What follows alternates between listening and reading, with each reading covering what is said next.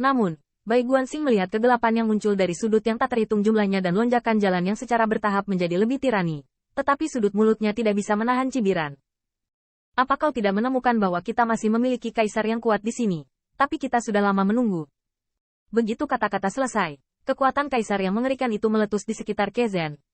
Ledakan. Tanda seru. Tanda seru. Pada saat itu, Qin Yichen merasa bahwa gunung suci di bawah kakinya bergetar dalam-dalam.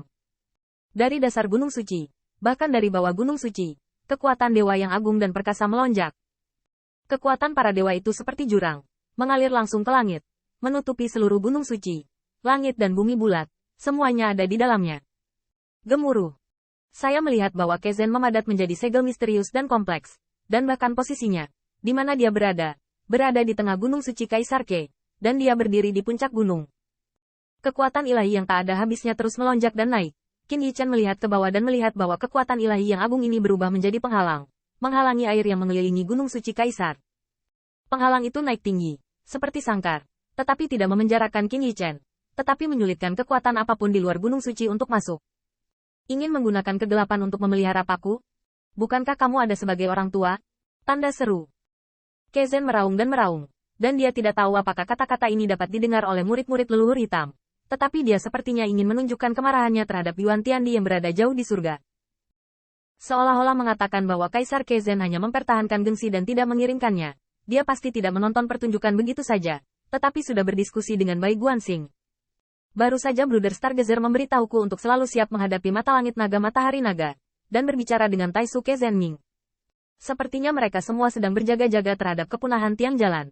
Qin Yichen berpikir bahwa mata langit naga matahari terbakar digunakan untuk mengatasi lonjakan jalan, tetapi dia tidak berharap itu hanya umpan. Kezen sepertinya tidak dapat melakukan apa-apa, tetapi sebenarnya menyembunyikan tangan sejak lama. Ledakan. Tanda seru. Tanda seru. Penghalang terbentuk, dan cahaya yang mengerikan menyegel langit di atas gunung suci Kaisar Ke. Qin Yichen melihat sekeliling dan melihat kabut hitam menghantam penghalang, menyebabkan riak, tetapi sulit untuk ditembus. Hah? Bunuh paku. Aku belum mencabutnya. Bai Guanxing mendengus dingin, seolah-olah proses penyelesaian paku jalan melebihi harapan Qin Yichen, dan bahkan melebihi harapan klan Kaisar Ke. Dan Bai Guanxing jelas memiliki pengalaman untuk memecahkan masalah paku jalan. Hanya dengan cara ini, Kaisar Ke benar-benar dapat selamat dari bencana ini. Penghalang yang mengerikan dipadatkan. Ini adalah kekuatan gunung suci paling kuat dari klan Dike, ditambah dengan prestise kekaisaran Kezen. Untuk menghancurkan lonjakan jalan, lebih baik memukul putra Baize yang tidak lagi di ranah kaisar. Kakak Yue Kong, tunggu. Hancurkan paku ini padaku.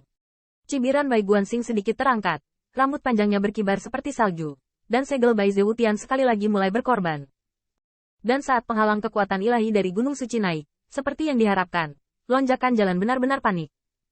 Ada banyak tanda kutukan hitam tersebar di sekitar Midauding. Tapi sayang sekali kekuatan gunung suci tidak hanya bisa mengisolasi kabut hitam dari segala arah, tapi juga dari orang-orang klan Kaisar Ke.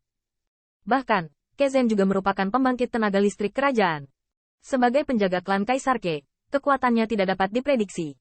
Saya melihat manuver sayap dewa, dan pengaruh lonjakan jalan pada klan Kaisar Ke secara bertahap melemah. Permaisuri Sixia hanya merasa bahwa rasa sakit di hatinya perlahan berkurang, dan dia perlahan mengangkat kepalanya. Ketika dia melihat segel Baize Wutian mempersembahkan korban, dia tahu bahwa ini adalah alarm palsu lainnya. Seolah-olah, putra Baize, langkah ini pun telah dihitung. Ledakan. Bulan berdarah bersinar lagi, dan bahkan Qin Yichen melihat dua roda bulan berkedip dari sisi kiri dan kanannya, dan saat berikutnya mereka berkumpul lagi, tetapi mereka menempelkan tiang jalan di dalamnya. Tampaknya Brother Stargazer bagus. Pada saat itu, Qin Yichen juga tersenyum, dan semua variabel ada dalam perhitungan Bai Guanxing. Jadi apa yang mengerikan? Apalagi, jika kau sangat ingin menghancurkan mata surgawi naga berdaulat matahari yang berkobar, itu artinya kau sangat iri dengan mata langit ini, bukan? Tanda seru. Om. Tanda seru. Tanda seru.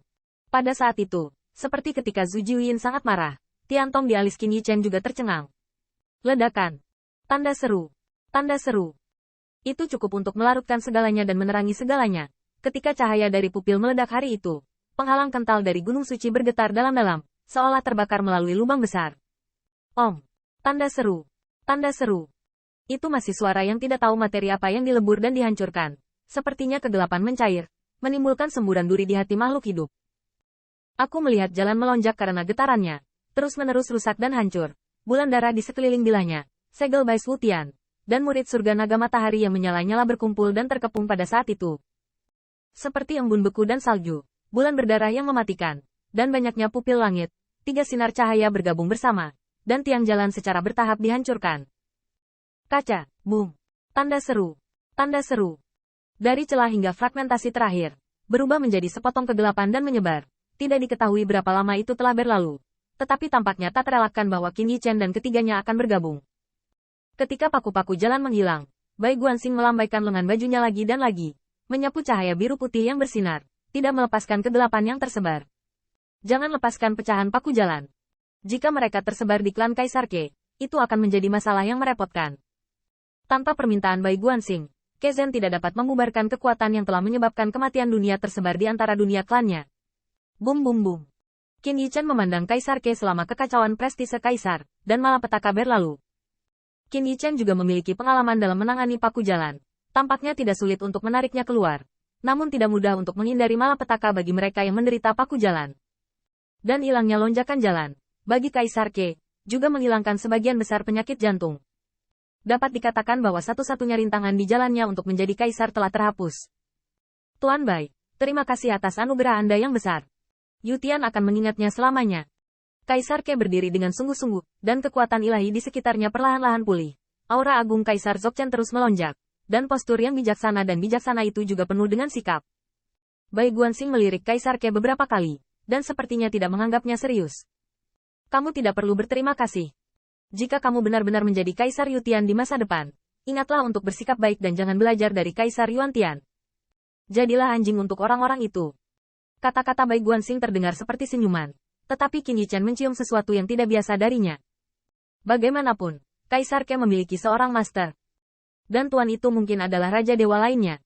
Jika dia menjadi Kaisar Yutian di masa depan, apakah dia akan menjadi Kaisar Yuantian berikutnya? Mengenai ini, Kaisar Ke membuka mulutnya, seolah ingin menjelaskan sesuatu. Tetapi melihat orang-orang yang menantikannya di bawah Gunung Suci, sepertinya sekarang bukan waktunya, dan dia hanya mengangguk dengan berat. Pak, saya telah menuliskannya. Kaisar Ke segera melihat ke arah Ke Zhen. Selama bertahun-tahun, dia menderita karena paku-paku jalan yang rusak. Untungnya, dia dijaga oleh leluhur yang agung. Ke Zhen memiliki ekspresi acuh tak acuh, dan dia tidak ragu-ragu untuk membayar balapan. Ayo pergi, patriark klan kita akan menyapa orang-orang klan sebelum dia menjadi seorang kaisar.